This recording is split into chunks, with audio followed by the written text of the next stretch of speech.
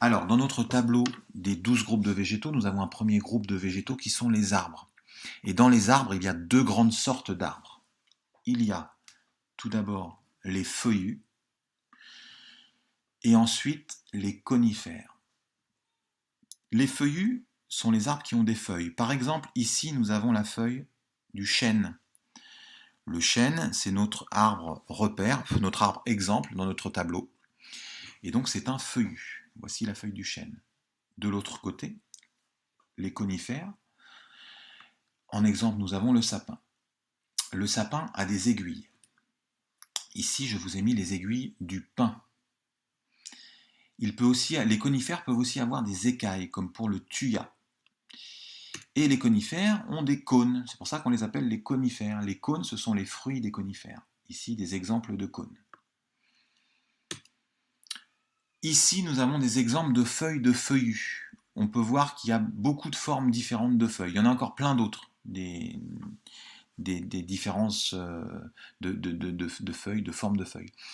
Et donc même les feuilles, on verra sur le terrain, mais les feuilles ont des épaisseurs différentes, une texture différente, elles ont des petits détails qui changent à chaque fois. Chaque arbre a des aspects, des petites différences qui nous permettent de le reconnaître. Donc ici, par exemple, on a la feuille du chêne, ici on a la feuille du hêtre, ici on a la feuille de l'érable, ici on a la feuille du bouleau, la feuille du saule pleureur, la feuille du châtaignier, la feuille du catalpa et la feuille de l'acacia.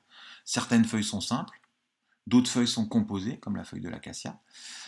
Les photos que j'ai mises ne respectent pas les tailles. Par exemple, le catalpa, la feuille du catalpa, elle est beaucoup plus grosse que les autres, normalement. Donc c'était juste pour vous montrer la différence de forme. Ici, nous avons différentes aiguilles ou écailles de conifères. Donc regardez ici les aiguilles du pin, les écailles du thuya et les aiguilles de l'if. On voit que les feuilles des feuillus sont très différentes des aiguilles ou des écailles des conifères. Voilà, on ne peut pas se tromper. Ici, feuillus, ici, conifères. Alors, chez les feuillus, l'été, un feuillu, ça ressemble à peu près à ça. On voit des feuilles sur les branches. En hiver, on voit plus que le tronc, les branches et les rameaux, mais il n'y a plus du tout de feuilles. Les feuillus perdent leurs feuilles en hiver. On dit qu'ils sont caducs. Chez les conifères, ici, en été, on voit un sapin, ça ressemble à peu près à ça, en été. Et en hiver, ça ressemble toujours à la même chose. Ils ne changent pas d'aspect. Les conifères ne bougent pas, en fait, au niveau de leur aspect, pas énormément, quoi. Ils grandissent, mais à part ça, ils ont à peu près le même aspect. On dit qu'ils sont persistants. Leurs aiguilles restent sur les branches et sur les rameaux. Donc, les feuillus sont caducs, perdent leurs feuilles. Les conifères gardent leurs aiguilles ou leurs écailles. Ils sont persistants.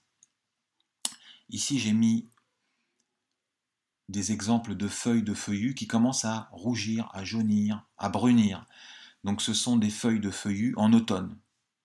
Donc en automne, les feuillus changent d'aspect. Voilà, ils commencent à jaunir, à rougir, à brunir.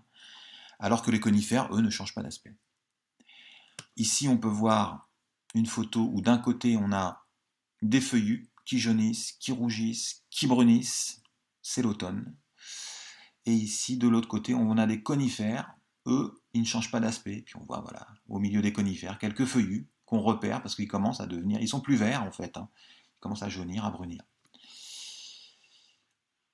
Et en hiver, on voit que les feuillus ici, ou là, ont perdu toutes leurs feuilles. Et on voit les conifères, eux, ils sont restés verts. Ils ont gardé leurs aiguilles ou leurs écailles.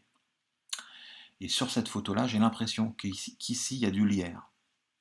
Donc le lierre, ce n'est pas un arbre, c'est une plante grimpante, on l'a mis dans notre groupe, dans notre tableau, dans les groupes de plantes grimpantes. Et lui, le lierre, il garde ses feuilles en hiver. Le lierre, lui, est persistant, mais ce n'est pas un arbre. Voilà pour les arbres. Donc conifères, aiguilles, gardent leurs aiguilles en hiver. Feuillus, caducs, feuilles, perdent leurs feuilles en hiver.